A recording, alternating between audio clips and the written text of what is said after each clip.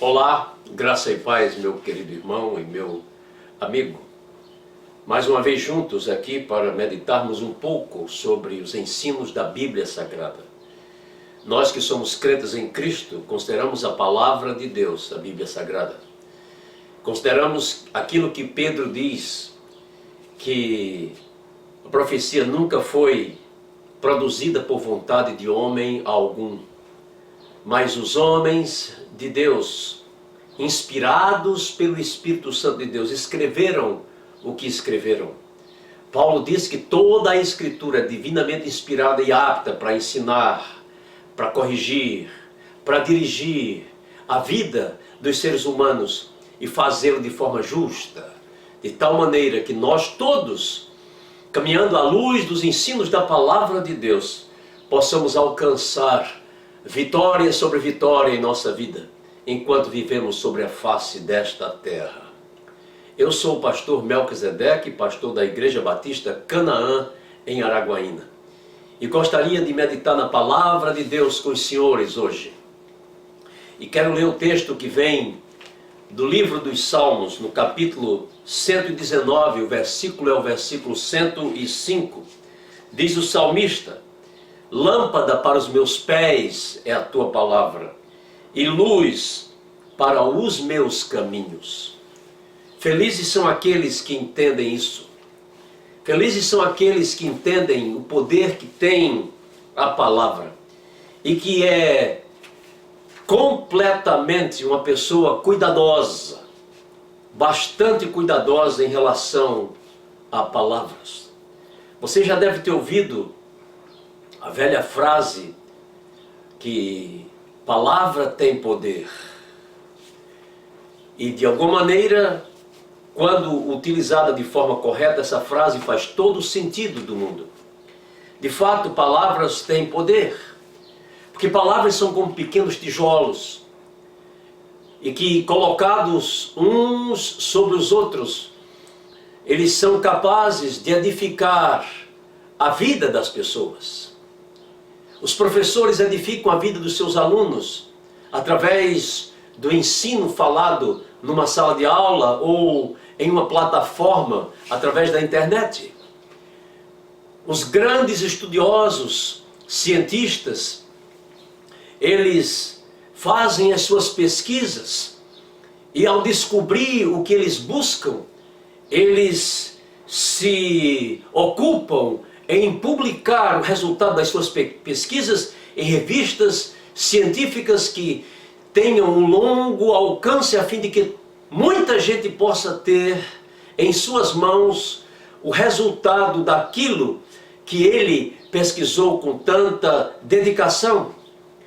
Os poetas são tidos como pessoas de alma sensível e eles transmitem as suas mensagens através de versos e através de prosas, e vão mexer lá no coração das pessoas. E assim, todos nós, como por exemplo os filósofos, eles procuram se dedicar para que ensinem o melhor que podem às pessoas a respeito de como viver uma vida moral ilibada, ou a respeito da ética, coisa tão ausente nos nossos dias na vida dos homens. Por palavras, os césares da Roma antiga obrigavam aos cristãos a abandonarem a sua fé e pronunciarem palavras como, no lugar de Jesus Cristo, César é Kyrios, é Senhor. Palavras, elas têm um certo poder e, se ditas de forma correta, elas são benéficas para a vida dos seres humanos. No entanto, toda e qualquer palavra que saia da boca do ser humano, ela tem o poder de fazer aquilo que ela precisa fazer quando pronunciada apenas em uma determinada área. Os poetas mexem com o coração e as pessoas às vezes derramam as suas lágrimas, emocionados com o que leem. Os cientistas trazem respostas para questionamentos sobre determinados problemas de saúde, epidemias e etc. Os professores dão aos seus alunos as ferramentas que eles necessitam para serem bem-sucedidos nas suas diversas profissões. Na Roma antiga, essa palavra que o César impunha sobre, ou forçava sobre os cristãos para recantarem a sua fé e abraçarem de alguma maneira por uma pronúncia, que César é Kyrios, é Senhor, era uma palavra apenas que eles queriam ouvir para alimentarem o seu ego. Eles não estavam interessados de fato, e eles não poderiam comprovar se essa pronúncia era uma pronúncia sincera que vinha do coração das pessoas. Eles estavam querendo apenas ouvir o que eles queriam ouvir. A história, por exemplo, de Policarpo, bispo de Esmirna, que já avançado em idade, ele foi buscado, procurado pelos soldados romanos para recantar a sua fé. E ele, respeitado como era, conhecido por todos, já um senhor idoso, os soldados respeitosamente lhe diziam: diga com a sua boca que César é Senhor, diga para que possa escapar com vida. A resposta de Policarpo foi simplesmente essa: eu não posso nem por um segundo, ainda que seja, vamos dizer, de mentirinha, dizer que César é Senhor e virar as costas para o meu Senhor Jesus. Eu vivo e prego a palavra por tanto tempo. O meu Senhor nunca me fez mal algum, pelo contrário, sempre me fez bem. Eu não posso negá-lo. E assim César o colocou numa fogueira para ser queimado vivo. Palavras, elas têm, sim, um significado profundo. O salmista diz: lâmpada para os meus pés é a tua palavra e luz para o meu caminho. Enquanto os homens procuram demonstrar o seu conhecimento através daquilo que falam, daquilo que publicam, daquilo que ensinam nas salas de aula, a palavra de Deus tem as suas afirmativas gloriosas e poderosas. Deus não precisa provar nada para os seres humanos. Aliás, a Bíblia nos ensina que tudo quanto existe foi chamado à existência pelo poder da palavra de Deus. Essa é uma palavra diferenciada. As palavras dos homens envelhecem e passam, muito embora o Senhor Jesus nos ensine lá no Evangelho de Mateus, no capítulo 12, versículo 36, que os homens serão medidos, julgados por toda palavra frívola, irresponsável que sair da sua boca. Porque as palavras, elas precisam cumprir um papel para o bem de todos. Palavras frívolas e irresponsáveis, elas são ditas de qualquer maneira e elas não constroem. Muito pelo contrário, na maioria das vezes servem para machucar o semelhante. A palavra de Deus é diferente. E ela é diferente porque não é apenas um amontoado de letras para formar pensamentos. Não é apenas uma expressão qualquer, mesmo que a pessoa não signifique nada quando está dizendo aquilo, como foi o caso dos soldados que tentaram convencer a Policarpo a dizer: César é Senhor, mesmo de uma forma irresponsável, só para escapar com a vida, o que ele rejeitou imediatamente. A palavra de Deus é diferente, porque ela não é uma palavra apenas que está em um papel. Mas essa palavra, quando ela é recebida no coração, ela tem um poder completo para transformar pensamentos, para transformar a vida por inteiro. A palavra de Deus é a pura verdade que dá vida e que liberta. Essa palavra de Deus, diz o escritor aos Hebreus, que ela é viva e ela é eficaz.